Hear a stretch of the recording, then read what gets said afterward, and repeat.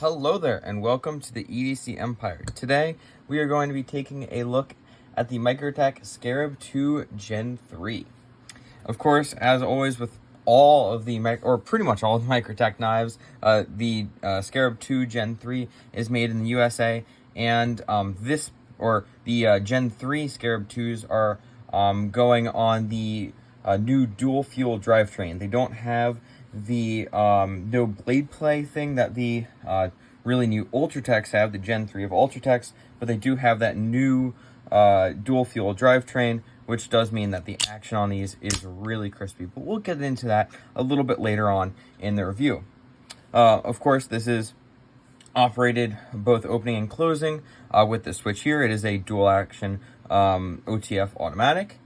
The blade material on, as far as I can tell, all of the Scarab II Gen 3s is going to be the M390 MK. So that's going to be Microtech and Bowler's kind of little special blend that only goes to Microtech and has some slightly changed properties of M390. And from what I've heard lately and from what I've read and kind of seen, the M390 MK and just the M390 in general that Microtech has recently been pumping out has been better heat treated and getting up to the around 60 range, like 60, 61, maybe 59 around on a lower heated treated one, which is really nice to see with M390. So I'm really excited about that. And this thing has performed excellently for a double-edged blade, which, speaking of which, this is the DES blade, or the double-edged drop point.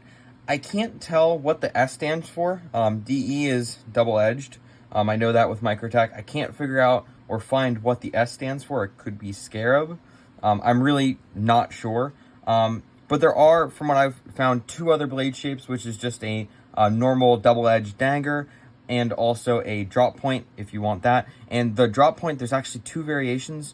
The normal one, and then it seems like there was an older one that was milled with a groove in the back, which was really cool. And I don't know if they do that as often or if they still even do that with the Gen 3s, but I know for a little bit the Gen 3s did have that little mill. There was like a little milled spot in the back. It was actually pretty cool looking. But yeah, of course, this is going to be flat ground, and it comes down to a relatively thick edge. Pretty much all double-edged OTFs are going to be pretty thick. But it's not too terrible. If you give it a decent edge, it'll cut, and it'll do most of your EDC things. It's not going to be super slicey, but it'll do the job. And then, of course, this is going to be aluminum handle and 3M inlays, basically grip tape, and they feel really good, and they fit really, really, really well. The overall length on the Scarab II Gen 3 is going to be about 8.5 inches, and overall, including the glass breaker, and that's going to be unfolded, and then folded, or I guess closed, is going to be 5.74 inches.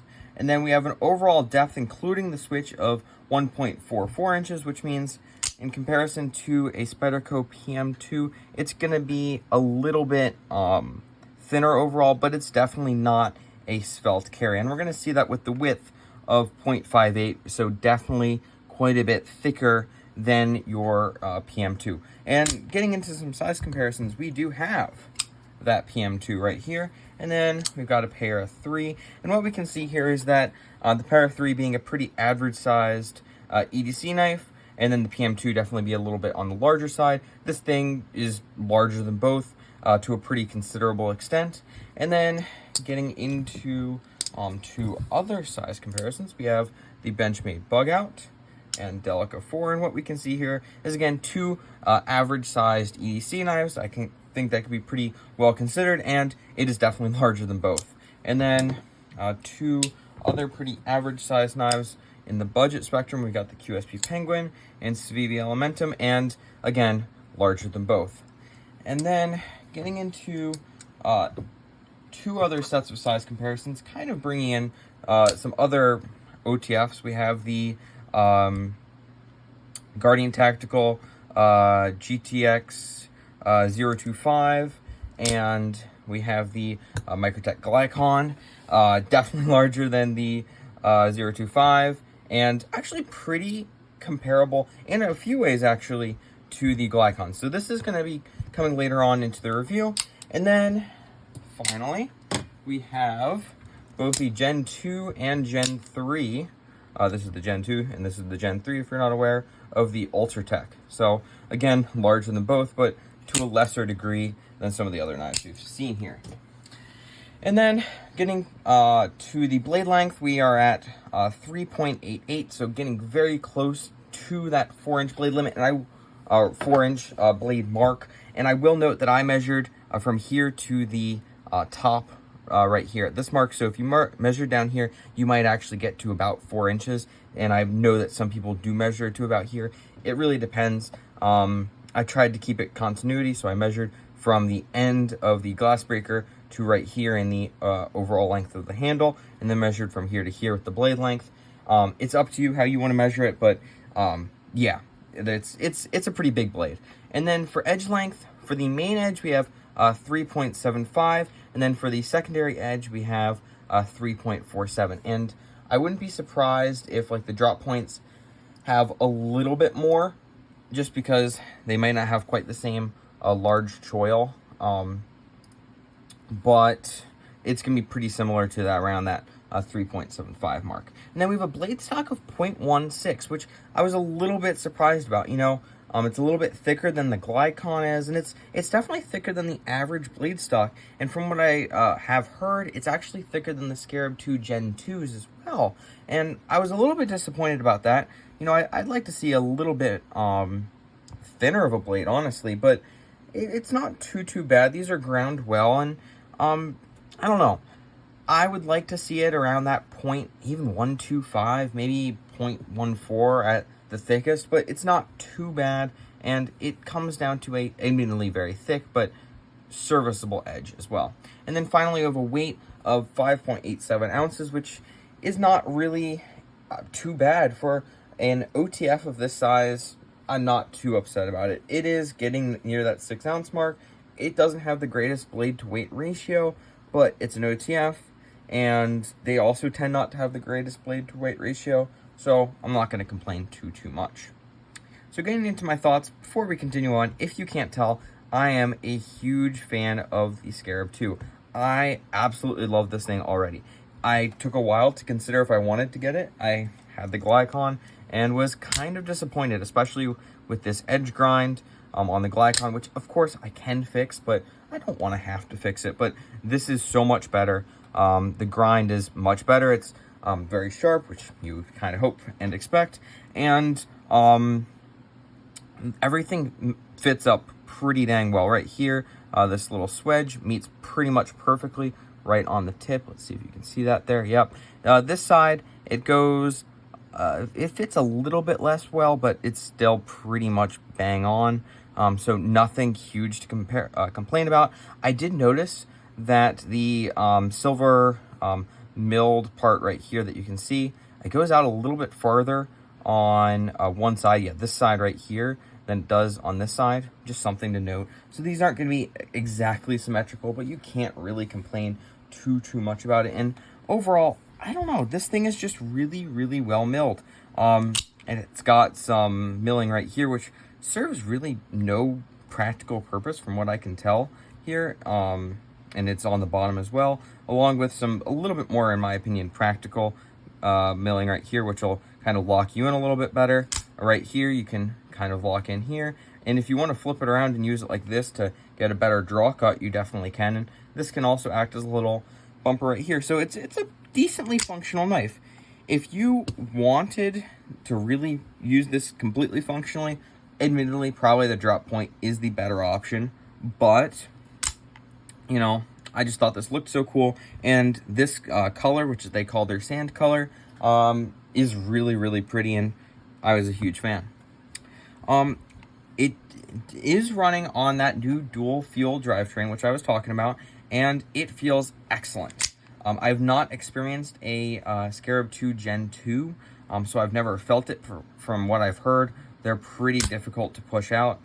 I know the Glykon is using it's like, basically it's a modified old whatever Microtech used to use, so it's a little bit easier than what it used to be, but it's not the full dual fuel, and it feels substantially, or the Scarab 2 feels substantially easier than the Scarab. And in comparison to my Gen 2 Ultratech, this is substantially better. This feels really, really good. And in considering blade play, it's really not bad. Actually, out of the box, it was even better, but it's really not bad.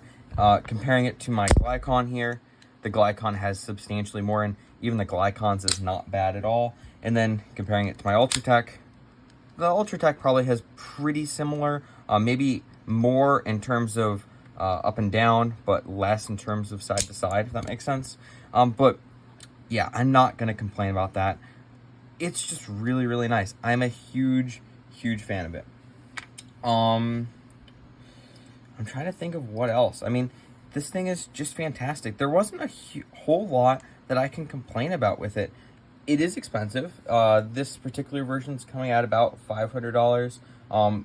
Serrations are going to raise it up a little bit more, and certain other variations are more expensive or less expensive depending on where you're looking. If you want specific colors, they go in and out of stock pretty frequently, so you're going to have to be on the hunt if you want a red variant or something like that. But if you're looking out for it, it's pretty, they're not impossible to find if you're willing to wait a little while or not get exactly what you want.